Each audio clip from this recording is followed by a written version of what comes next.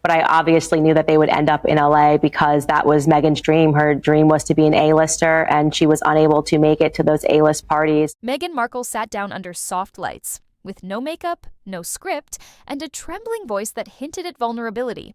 But what was supposed to be a powerful reset, a raw, emotional moment, quickly became one of the most criticized appearances of her career. Why? Because despite all the dim lighting and dramatic pauses, people couldn't find a single tear. The moment the clip hit the internet, it ignited a firestorm. From reaction videos to body language experts, everyone had the same question. Is Meghan Markle acting again? But it wasn't just internet sleuths who called it out. Candace Owens, never one to hold back, stepped up with a brutal takedown that didn't just criticize Meghan. She dismantled her, line by line, expression by expression, word by word. And when the dust settled, something had changed. This wasn't just about one podcast appearance anymore. This was about a pattern, one the public had seen before, but never this clearly.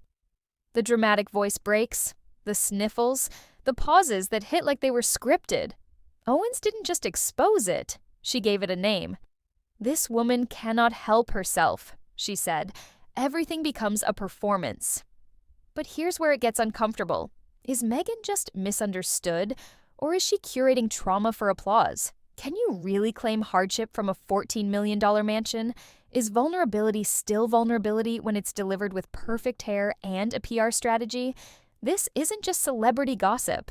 It's a story about branding, manipulation, and a growing culture war around who gets to be believed. So buckle up, because the podcast that was supposed to save Meghan's image might have buried it for good.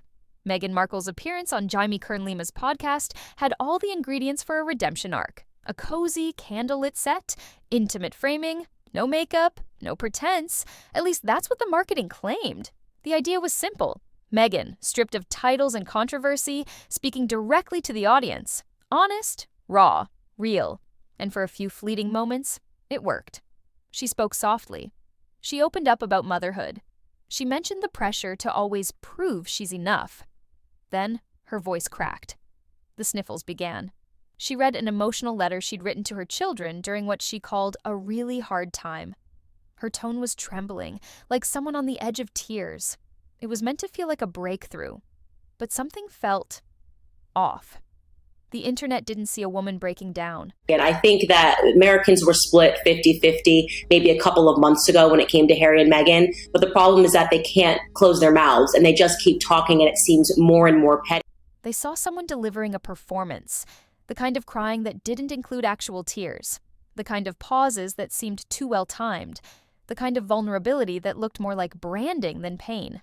One viewer wrote, "She read that letter like she was auditioning for a Hallmark movie." Another said, "This is her Oscar reel." Then came the screenshots. Dozens of TikToks zoomed in on Meghan's face during the emotional moments. Her voice quivered, but her eyes were dry. The sniffles were there, but no tears. Not a single smudge, not a single wipe. Just flawless skin, perfect lighting, and a suspiciously photogenic angle. The hashtag # where's the tear started trending.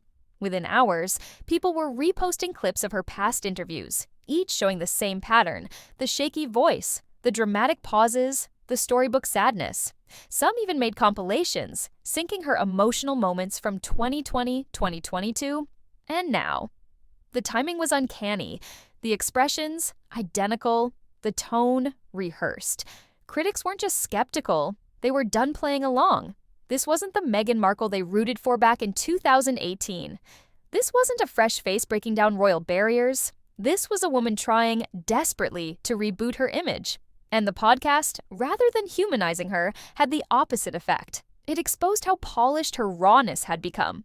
Then there was the moment she tried to emphasize her vulnerability by saying, "This is why it's so nice to not have makeup on." Except, people noticed she kind of did. Her hair was professionally styled, her skin glowed with highlighter, and her brows were shaped. Critics were quick to call it out. No makeup? That's not what no makeup looks like, one wrote. Another added, "She didn't have eye makeup, sure, but don't insult our intelligence." Instead of relatable, Meghan's image came off as tightly manufactured. But the real problem wasn't her hair, her skin, or her voice. It was the context. Meghan wasn't in a tiny apartment, struggling to make ends meet.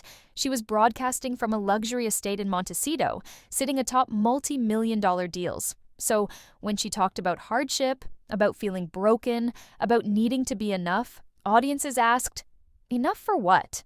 In that moment, the disconnect became undeniable. The performance was too perfect, the pain too polished, and the person who was supposed to be vulnerable became a symbol of curated struggle. And just when Meghan needed empathy most, the public gave her something else: suspicion. And she's been a social climber from the beginning. She married somebody the first time to socially climb. And for her, Harry was just an entry ticket into all of those. Candace Owens didn't just react to Meghan Markle's podcast appearance. She launched an all-out verbal assault. The conservative commentator, known for her ruthless critiques and surgical delivery, dropped into the conversation like a wrecking ball. And her words, they weren't just sharp, they were final. "This woman is a malignant narcissist," Candace said without flinching. "She's a truly terrible person." Brutal? Absolutely. But she wasn't done. In her signature no-holds-barred style, Candace tore through Meghan's appearance with the precision of someone who's seen the act one too many times. "She suffers from a rare disorder," she said, "the inability to just be a human."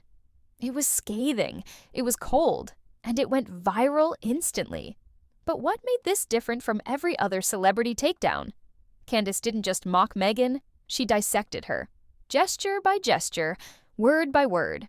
She pointed to the quivering voice, the dramatic pauses, the strategically timed sniffles. "Where's the tear?" she echoed, like thousands of commenters before her. But instead of shrugging, she called it what she believed it was: a performance. "She's not crying," Candace said. "She's acting." And the receipts? They were devastating. Candace brought up Meghan's past media moments, her Netflix documentary, her Oprah interview, her old Archetypes podcast, and drew a chilling conclusion. Every emotional moment followed the same formula. Same tremble, same pauses, same self-pity narrative wrapped in lighting and luxury. But it wasn't just about the tears. Owens pulled back the curtain on Meghan's entire image. She called out the curated lifestyle brand, the relatable mom energy, the jam jars sent to celebrities, the no-makeup makeup look. "It's all branding," Candace said. "It's not bravery, it's marketing." And the most damning part? She said what many others had been too cautious to admit. Meghan Markle doesn't want to be authentic. She wants to be adored, and if she has to manufacture struggle to get it, she will. Her final blow landed with the kind of weight that makes headlines. "Fake it till you make it," she said. "But the Brits are onto you. America's onto you. The world's onto you." Candace didn't just criticize. She declared the Meghan Markle illusion officially over. Candace Owens' takedown didn't exist in a vacuum. It wasn't a lone voice in the void. It was the match that lit an already smoldering pile of skepticism. And the public, they were ready to watch it burn. Because this time, it wasn't just the usual tabloids taking shots. It was everyday people. People who once defended Meghan were now questioning her sincerity. Social media platforms lit up with side-by-side breakdowns, TikToks comparing past interviews, YouTube compilations syncing her emotional crescendos across years. And the takeaway was impossible to ignore. Her performance never changed. Same voice modulation, same timing, same camera-ready sorrow. Twitter, or X for those still pretending, was ruthless. One viral tweet read, "Every Meghan interview is like an SNL sketch at this point." Another simply posted 2 screenshots, Meghan mid-cry in 2 separate years, and captioned it, "Copy, paste, sob." The meme-ification of Meghan Markle had begun, and once that happens, public sympathy rarely returns. Body language experts joined the fray. Their verdicts? Even worse. One analyst noted her constant avoidance of direct eye contact during emotional moments, a red flag for rehearsed delivery. Another pointed out that her tear ducts remained dry even as her voice cracked. "That's not vulnerability," one expert said. "That's emotional theater." And while Meghan may have hoped her podcast appearance would shift the narrative, it had the opposite effect. It validated her critics. It gave skeptics ammunition. And worst of all, it made even neutral observers uncomfortable. Because here's the thing, the public isn't stupid. They know the difference between raw emotion and emotional manipulation. They've seen influencers cry on camera before. They've watched the rise and fall of manufactured relatability. And Meghan's moment, meant to be her most human, came off as the most fake. The backlash wasn't just about the podcast, it was about the growing fatigue. People were tired of hearing how hard it is to be Meghan Markle, especially when she's doing it from a $14 million estate with a glam squad and a Netflix deal. Her sob story just didn't land anymore. It didn't inspire empathy, it triggered eye rolls. Even loyal fans started hedging their defenses. "I love Meghan, but" became a common phrase in comment sections. And in PR terms, that "but" is deadly. It signals the erosion of trust, the first crack in what used to be a bulletproof support system. I don't care at all for the Harry and Meghan thing, except for the political undertones of somebody saying, I'm not liked, therefore it's because I'm 25% black. Worse, even the US media, long more sympathetic than the UK tabloids, began to turn. The podcast was no longer being covered as a brave, vulnerable reset. It was now a spectacle, a failed rebrand that made Meghan look less like a victim and more like a villain in her own documentary. And as the criticism swelled, so did one simple question that no one, not her fans, not her PR team, not even Meghan herself, seemed able to answer: why does it always feel like a performance? At the heart of Meghan Markle's public persona is a single idea: reinvention. The struggling actress who became royalty, the duchess who became a Hollywood mogul, the silenced woman who reclaimed her voice. But behind the curated image, the product launches, and the inspirational taglines, there's one glaring problem. There's no empire, just vibes. Take American Riviera Orchard, Meghan's latest attempt to step into the lifestyle space. Announced with glossy black and white branding and whispered promises of a return to basics, the project seemed poised to become her Goop moment. It was supposed to be elegant, aspirational, empowering. The next evolution of Meghan Markle as a modern entrepreneur. But then, nothing. No official launch, no online store, no product catalog. Just a handful of expensive jars of jam sent to celebrities in PR baskets and some half-baked social media teases. The Instagram page exists. The trademark exists. But the actual business? Nowhere to be found. And this isn't a one-off. Her Netflix deal, once hailed as groundbreaking, is stalling. Archetypes, her podcast on Spotify, was canceled after just one season. According to insiders, Spotify executives were left underwhelmed, with one allegedly stating the couple didn't deliver and had no talent. That comment made headlines, and it stung, especially for a woman trying to build a brand based on depth, intelligence, and social impact. Meanwhile, Meghan's children's book received mixed reviews, her media production company has no announced slate of releases, and even the charity side of her Archewell Foundation remains shrouded in vague press releases and limited measurable output. So, while Meghan talks about being busy, being a wife, a mother, a boss, a creative, the receipts aren't adding up. Spotify lost so much money on them, and you remember one of the executives came out and said they quite literally have no talent, but worse than that. Critics pointed out her tax filings, which allegedly documented only 1 hour of work per week in a recent year. Not exactly the hustle she's selling in interviews, and the contrast couldn't be sharper when you compare her to Jamie Kern-Lima, the host of the podcast in question. Lima built IT Cosmetics from scratch. She faced real rejection, real barriers, real failure, and eventually sold her company to L'Oreal for over $1 billion. She lived the grind Meghan only gestures at. In that interview, one woman represented sweat equity, the other, social equity. And that's what makes this whole situation feel so hollow. Meghan talks about the hustle, but hasn't shown it.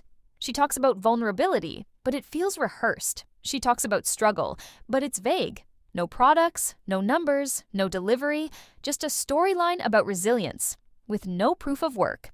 Candace Owens summed it up in one sentence: you want the success story without the hustle, the applause without the grind.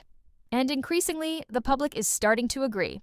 At this point, the Meghan Markle cycle has become painfully predictable. Step 1, a project or appearance, a podcast, a documentary, a public statement.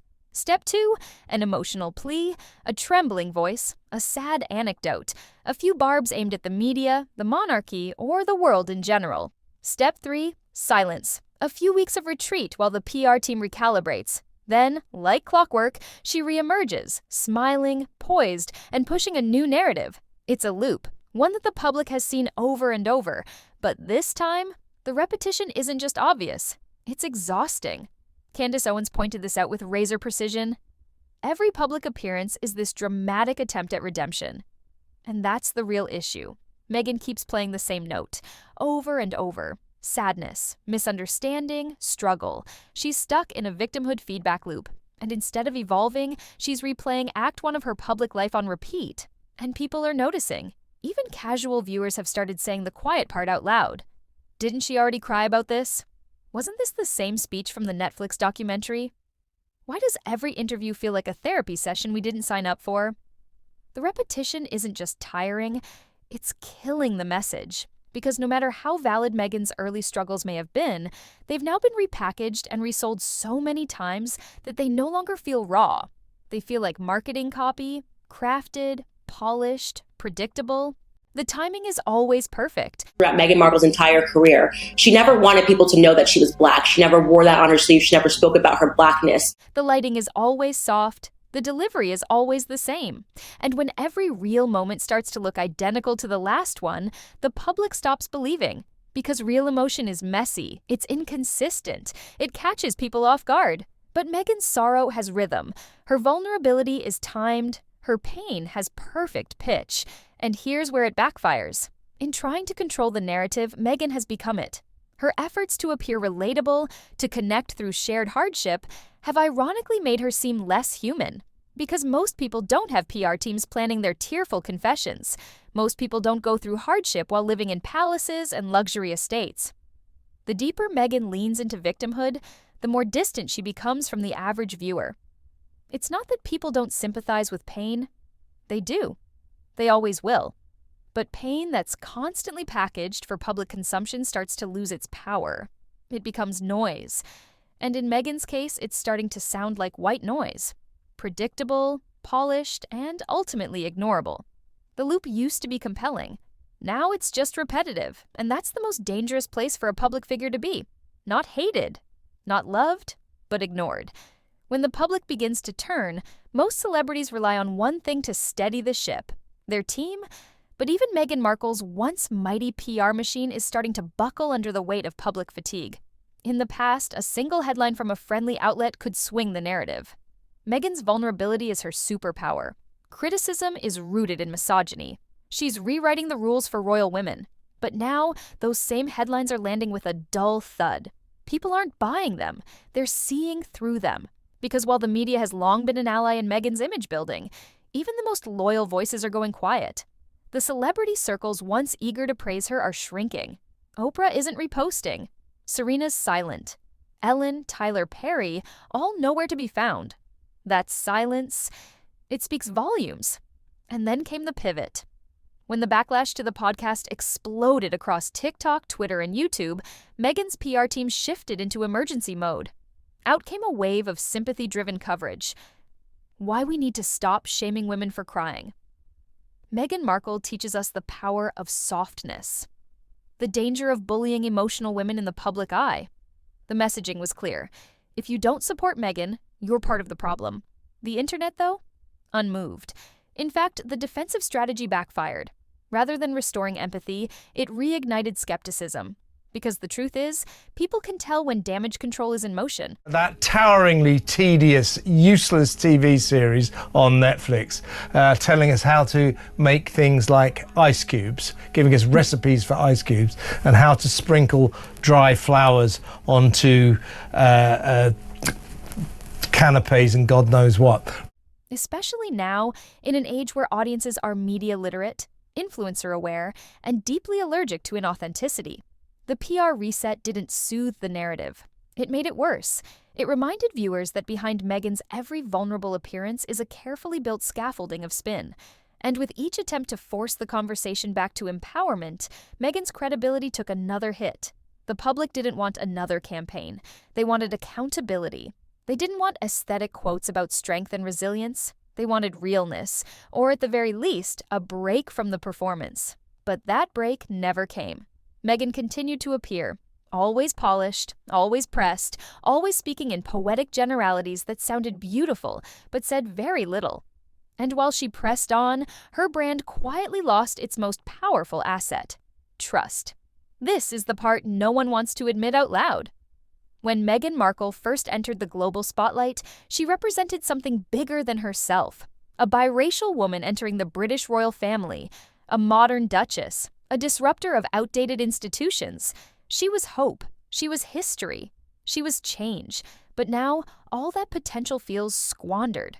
Because rather than grow into that role, using her voice to lift others, using her platform to open doors, Meghan has spent the last few years trapped in the same narrative loop. One of betrayal, of sadness, of being misunderstood, over and over again. And what once felt powerful now feels pitiful. Candace Owens didn't just mock Meghan's tears, she called out the deeper contradiction. You can't demand admiration while selling struggle. You can't ask for sympathy while living in luxury. You can't present yourself as a leader while constantly framing yourself as the victim. That's the real tragedy here. Meghan could have become anything: a media mogul, a political voice, a philanthropic powerhouse. She had the platform, the audience, the cultural moment. But instead of building something lasting, she built a brand, and one rooted entirely in herself. This is Meghan's brand. It's when they left with Megxit, it was very reactive. That wasn't thought through. They thought they could be part of the royal family, and then they couldn't be part of the royal family. Look, everyone has the right to change their mind. She can be American Riviera Orchard one week, and she can be as ever the next. But if you really want people to follow you and believe. Compare that to women like Michelle Obama, who wrote candidly about insecurity, racism, and public pressure, but always followed it up with action. Or Angelina Jolie, who transitioned from tabloid fodder to a globally respected humanitarian without ever begging for applause. Even Oprah, Meghan's own mentor, and built an empire on vulnerability, yes, but it was always accompanied by work, by introspection, by humility. Meghan wants that respect. She craves that admiration, but she hasn't walked the same path to earn it, because every time the world gives her a second chance, she makes it about her. Even this podcast, meant to highlight Jaime Kern-Lima's book, became a tribute to Meghan's latest round of struggles. Another tearful moment, another performance, and as Owens pointed out, when every spotlight becomes a mirror, eventually people stop looking. At a certain point, the question stops being, what has Meghan endured? And starts becoming, what does Meghan stand for? And that's where the answer starts to blur. Because at the center of it all, beyond the tears, the PR, the palace drama, what legacy is Meghan Markle actually building? One of strength, or one of spectacle, of transformation, or of trauma, of power, or of pity? And if she can't answer that question soon, the world might just answer it for her. So, here we are, standing at the crossroads of a carefully constructed brand and its slow, public unraveling. Something. To prove that you're enough, you have to prove that you're pretty enough, you have to prove that you're smart enough, you prove that you're a good wife or a good friend. And I was like, I am just so done with the prove it. Meghan Markle's latest tear-filled podcast wasn't just another media moment. It was a spotlight turned mirror. And this time, the reflection didn't inspire admiration. It sparked eye rolls, think pieces, takedowns, and TikToks. And when Candace Owens stepped into the fray, she didn't just criticize Meghan. She diagnosed the very thing the public had been feeling for months, but hadn't said out loud, that this was no longer a story of strength. It was a rerun of a narrative that had stopped evolving. Once upon a time, Meghan Markle represented disruption. Now, she represents repetition.